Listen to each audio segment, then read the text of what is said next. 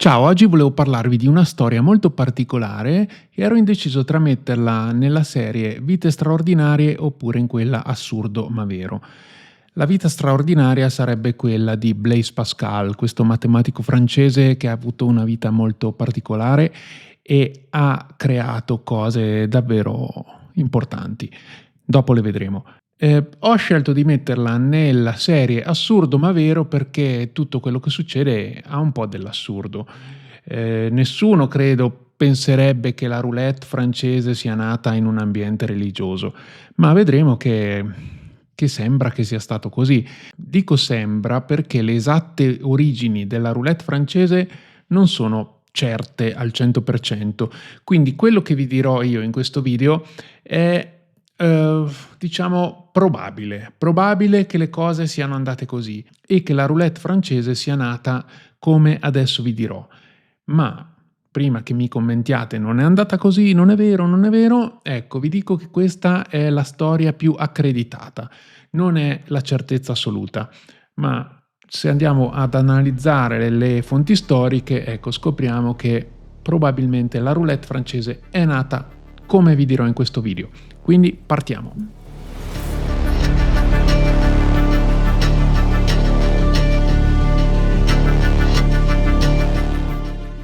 Immagina questa scena. Nella penombra silenziosa di un chiostro seicentesco, un giovane ricercatore, quasi monaco, armeggia con legno e ingranaggi. È il 1655, siamo a Port-Royal, abbazia giansenista a sud di Versailles, in Francia, e quel giovane ricercatore è il matematico Blaise Pascal, dopo la sua conversione religiosa. Vediamo chi era questo grande matematico francese, di cui sicuramente avrete già sentito parlare, forse non l'avete ancora collegato a un'unità di misura, ma sicuramente ne avete sentito parlare, Blaise Pascal. Lui nacque nel 1623 e morì nel 1662, quindi giovanissimo. Era un matematico, un fisico, un filosofo e anche un teologo francese, tra le menti più brillanti del Seicento. Un genio precoce, a soli 16 anni formulò uno dei primi teoremi della geometria proiettiva. Inventò una delle prime calcolatrici meccaniche, la cosiddetta pascalina, che fu anche una sorta di oggetto status symbol in quegli anni in Francia, perché chi la possedeva, ecco, dimostrava di essere un membro dell'alta società. Molti anni dopo nacque la vera calcolatrice, che poi funziona elettronicamente, invece questa era un oggetto meccanico, però di grande intelligenza. Pascal inoltre contribuì molto alla teoria delle probabilità, nota come la regola di Pascal, e a lui è attribuita l'unità di misura della pressione, appunto il Pascal, che prende il nome in onore dei suoi studi sulla pressione dei fluidi. Io non lo sapevo, ma un Pascal corrisponde alla forza di un Newton applicata sulla superficie di un metro quadro.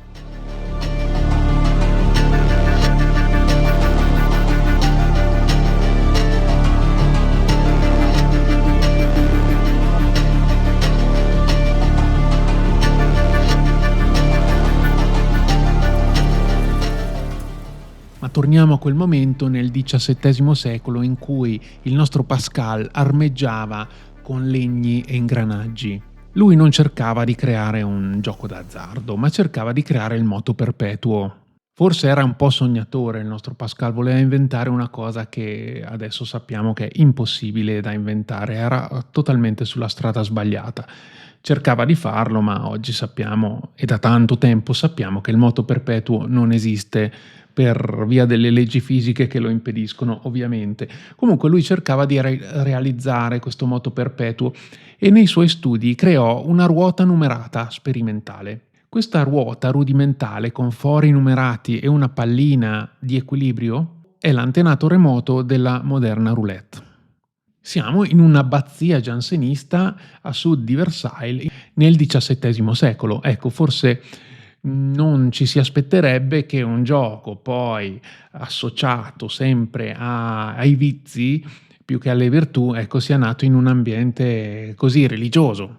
E invece pare proprio che sia andata così. Sappiamo che quel primo modello di Pascal non aveva lo 0, che fu introdotto dopo nella roulette francese, e poi nella roulette americana fu introdotto addirittura il doppio 0 per dare un vantaggio maggiore al banco.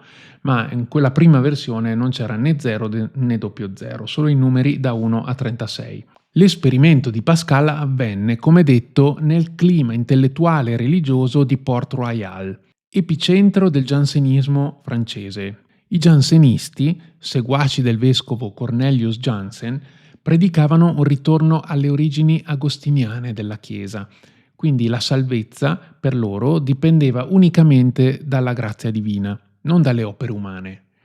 E l'uomo era dominato dal peccato originale e dalla predestinazione. In questo ambiente di fervente devozione, Pascal maturò l'idea di fare affidamento sulla ragione e sulle probabilità della sorte, cosa che era molto in contrasto con la fiducia radicale dei giansenisti nella grazia. Fatto sta che Port-Royal era comunque un luogo dove il dibattito teologico e religioso coesisteva con l'amore per la matematica e la filosofia. Questo era un po' quello che caratterizzava questo luogo, che tra parentesi è un luogo visitabile dove c'è anche un museo ed è veramente un luogo bellissimo che vi consiglio di andare a vedere non lontano da Versailles. Questi monaci, nel segreto delle loro celle, meditavano sia sui misteri di Dio sia su quelli del mondo. Un terreno ideale perché Pascal provasse a sfidare le leggi naturali e involontariamente gettasse le basi del gioco in cui il caso avrebbe dominato il destino di milioni di giocatori. Sostanzialmente questi monaci, nella loro separazione dalla società, erano molto attratti dai problemi matematici e il gioco di Pascal, che inizialmente forse non era un gioco ma lo divenne immediatamente, li attirò molto. Presto iniziarono a giocare e probabilmente quasi subito iniziarono anche a scommettere.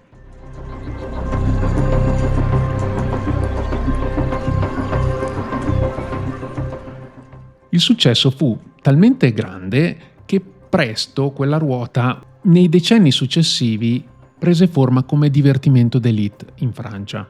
Nel tardo Settecento in Francia il gioco d'azzardo era prerogativa dell'aristocrazia e la roulette, tradotto letteralmente la piccola ruota, cominciò a diffondersi nei salotti nobiliari. Il suo funzionamento, come lo conosciamo oggi, si affermò proprio in Francia in quel periodo. Una delle prime attestazioni letterarie della roulette è del 1796, in un romanzo che descrive proprio questo gioco praticamente uguale a come lo conosciamo oggi. Quindi possiamo dire che la prima prova del gioco come è oggi sia del 1796. Antecedentemente a tutto ciò c'era un gioco molto simile che si chiamava Oca, con l'H davanti, Oca, però di quello si hanno poche tracce, ecco. Della roulette come la conosciamo oggi, appunto, c'è questa traccia del 1796. Nel XIX secolo la roulette fu, esportata fuori dai confini nazionali e in località come Baden-Baden e Bad Homburg in Germania prese molto piede. Proprio in quest'ultima località, Bad Homburg, un banchiere dal nome François Blanc, francese, ebbe l'idea di inserire il numero 0. Ed è un gran dire che avere quell'idea fu proprio un banchiere, uno che di soldi, insomma, aveva un'idea, ecco. La definitiva consacrazione della roulette a livello internazionale si ebbe nel 1863, quando Carlo III di Monaco decise di trasformare Monte Carlo in un'oasi per l'alta società europea. Chiamò proprio Blanc, il banchiere di cui parlavamo poco fa, a dirigere il casinò. E la roulette ne divenne l'attrazione principale. Dai salotti privati il gioco passò nei casinò ufficiali, mantenendo nel design una semplicità meccanica quasi poetica, la rotazione, la pallina, il numero, la fortuna e il destino.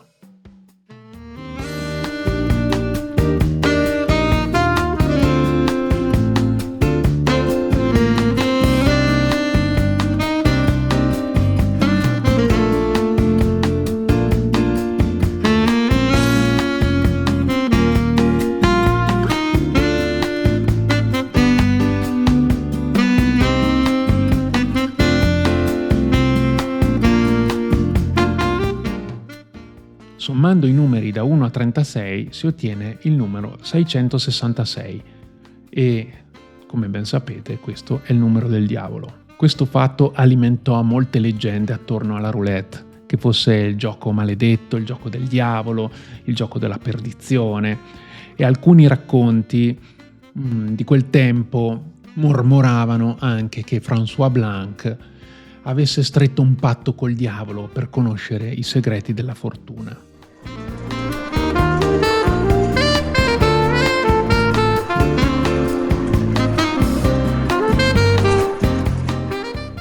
Nel XIX e XX secolo la roulette attraversò l'oceano e conquistò il Nuovo Mondo. A New Orleans e in altri porti americani comparvero le prime ruote, importate dagli emigrati francesi, ma negli Stati Uniti si riteneva che il vantaggio per il giocatore fosse troppo alto. Nacque così la roulette americana con 2 zeri, 0 e 00, aumentando il margine della casa.